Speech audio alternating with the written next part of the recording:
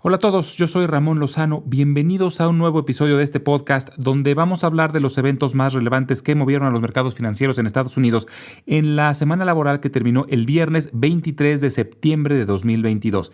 En la idea de la semana vamos a hablar sobre Home Depot y en la sección educativa vamos a dar una introducción a las opciones.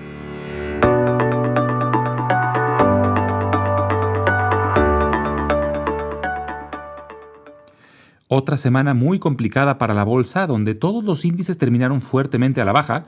El Dow Jones bajó el 4%, el Standard & Poor's 500 el 4.6% y el Nasdaq perdió el 5.1%. El Dow Jones cerró en su peor nivel del año, debajo del mínimo marcado en junio, y los otros dos índices están muy cerca de esos mínimos. Y todo se debió a la conferencia de prensa de Jerome Powell, presidente de la Fed. Powell anunció la decisión de subir las tasas de interés en 75 puntos base, lo que era ampliamente esperado por los analistas. Esto sitúa las tasas actualmente entre el 3 y el 3.25%, pero el problema fueron sus expectativas para el futuro. Mencionó que el mercado laboral sigue demasiado robusto y que consideran que subirán aún más las tasas para terminar el año en niveles por arriba del 4%. Esto significa que en lo que queda del año esperan subir las tasas en por lo menos 100 puntos base, lo que aumentó mucho la expectativa de que exista una recesión, si no es que estamos ya en una. Recordemos que es la Oficina Nacional de Investigación Económica la encargada de declarar oficialmente una recesión, pero se basa en indicadores pasados, es decir, cuando declaran la existencia de una recesión es que ya estamos en una y por lo menos lleva 6 meses de que inició. El miedo a una recesión lo que genera es una expectativa de que muchas empresas desaceleren su crecimiento y que posiblemente no cumplan con sus perspectivas de ingresos y utilidades. Y hay otro factor, el incremento en las tasas de interés generalmente provoca que los rendimientos de los bonos del Tesoro suban, sobre todo los de corto plazo. Y esto es lo que está ocurriendo actualmente. Los rendimientos de las notas a 2 años ya están por arriba del 4%. Recordemos que el mercado de bonos es mucho más grande que el de acciones, y cuando los bonos del Tesoro tienen rendimientos altos, empiezan a competir con las acciones por el dinero de los inversionistas, porque muchos inversionistas buscan acciones que paguen un buen dividendo con el objetivo de tener un ingreso recurrente. Pero finalmente las acciones tienen el riesgo de que pueden bajar de precio. Sin embargo, los bonos del Tesoro son prácticamente garantizados, son consideradas como una de las inversiones más seguras que existen. Y por ejemplo, en momentos como el actual, los bonos pagan un rendimiento mayor que la gran mayoría de las acciones en el Standard & Poor's 500. Y en momentos donde se teme una recesión y existe el riesgo de que el precio de las acciones baje, los bonos del Tesoro se vuelven muy atractivos. Y esta combinación, la del miedo a la recesión y el incremento de los rendimientos de los bonos, ha sido terrible para la bolsa. En las últimas 4 semanas, los índices han perdido entre el 14 y el 17%. También los bancos centrales de otros países, aunque sí están subiendo las tasas de interés, no lo están haciendo a la velocidad que lo está haciendo la Fed, lo que ha hecho que el dólar se aprecie mucho comparado con otras divisas. Y como hemos platicado, esto le pega a los ingresos de las empresas multinacionales, que al convertir sus ventas a dólares se ven afectadas por el tipo de cambio. Un claro ejemplo es la fuerte depreciación que ha sufrido la libra esterlina, que se encuentra a 1.1 dólares, su nivel más bajo desde los años 80, y estuvo cerca de llegar a la paridad con el dólar, lo que no ha ocurrido nunca en la historia. Esto en parte es debido a un nuevo paquete económico que anunció el gobierno de Reino Unido, donde consideran recortes en algunos impuestos e incentivos fiscales en algunos sectores, pero en momentos donde la inflación está tan elevada generó preocupación. Y por si esto fuera poco, Vladimir Putin en una conferencia de prensa amenazó con usar todos los medios necesarios para defender cualquier ataque en su territorio. Esto después de que Ucrania lograra pequeños avances y parte de su estrategia fue la de atacar objetivos del otro lado de la frontera rusa. Los comentarios de Putin provocaron que varios gobiernos, incluido el de Estados Unidos, amenazaran al gobierno ruso en caso de que se les ocurra usar armamento nuclear. Por lo pronto parece claro que la guerra se le ha complicado a Rusia debido a que esta semana se anunció que movilizarán más de 300,000 reservistas para apoyar en el combate armado. En general el panorama se ve complicado, hay pocas cosas de dónde agarrarse para ser optimistas, pero una de ellas es que el sentimiento actual sobre la bolsa es extremadamente negativo. Y esto es un indicador contrario.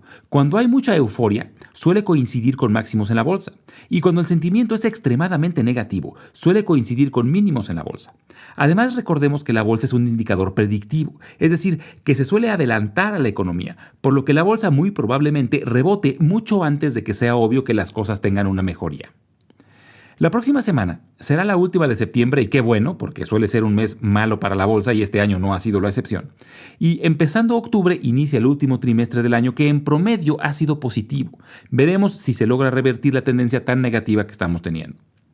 Y habrá un dato importante que monitorear durante la semana, y será el índice llamado Core Personal Consumption Expenditures, que es un índice que mide los precios de ciertos productos clave, y es otra medida de la inflación. Se espera que sea ligeramente menor al del mes pasado, y se reportará el día viernes. Además, vale la pena monitorear los reportes trimestrales de Micron y Nike.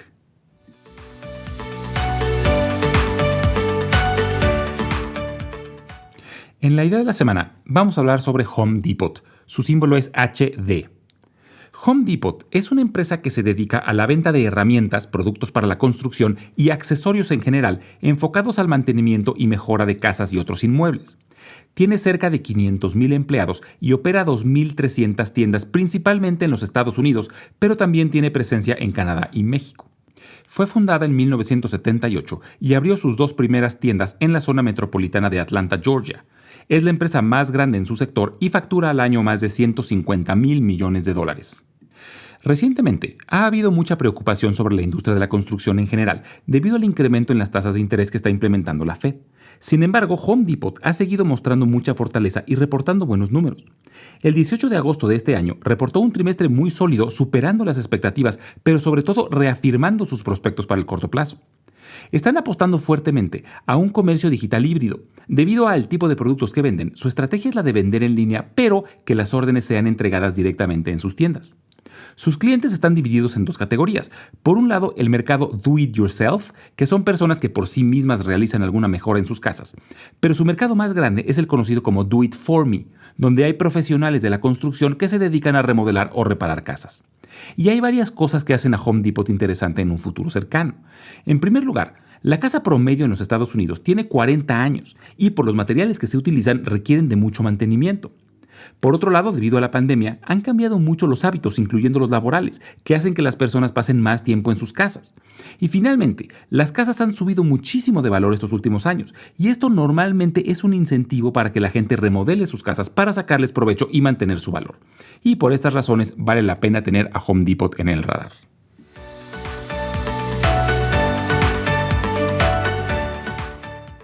En la sección educativa del día de hoy, vamos a dar una introducción a las opciones. Las opciones son unos instrumentos financieros que a mí en lo particular me encantan. Forman parte de los llamados derivados porque dependen de algún otro activo y abren un mundo enorme de posibilidades. Tienen fama de ser muy arriesgados, pero todo depende de cómo los usemos. De hecho, en muchos casos son usados como protección, como cobertura para reducir el riesgo de alguna otra inversión. A mí me gusta usar la siguiente analogía. Invertir en bonos es como caminar. Es muy seguro, pero avanzas lento y probablemente no llegues demasiado lejos. Invertir en acciones es como andar en bicicleta. Puedes ir mucho más rápido y llegar mucho más lejos, aunque si no tienes cuidado puedes tener accidentes serios. E invertir en opciones es como andar en motocicleta, que si se usa con cuidado puede ser una excelente herramienta, pero si no sabes lo que haces te matas.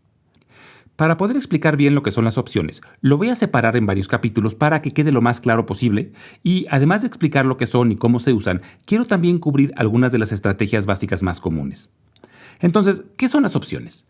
Las opciones son contratos, similares a los contratos de futuros que explicamos la semana pasada, pero con unas diferencias muy importantes. Una opción es un contrato que le da al comprador el derecho, pero no la obligación, de comprar o vender algún activo en un plazo determinado y a un precio determinado. Entonces, al comprador se le da la opción de ejercer o no ejercer su derecho de compra o venta, pero el vendedor de la opción adquiere la obligación en caso de que el comprador decida ejercerla. Si el comprador de la opción decide no ejercer su derecho en el tiempo establecido, la opción se pierde y expira. Tienen 4 principales características. La primera es el activo subyacente, es decir, el contrato da el derecho de comprar o vender algo. Lo más común es que sean acciones, pero pueden ser ETFs, bonos, índices bursátiles, etc. La segunda característica es el precio al cual el comprador de la opción puede ejercer su derecho.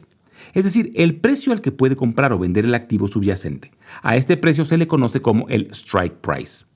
La tercera característica es la fecha de expiración. El derecho de compra o venta solo es válido por cierto tiempo.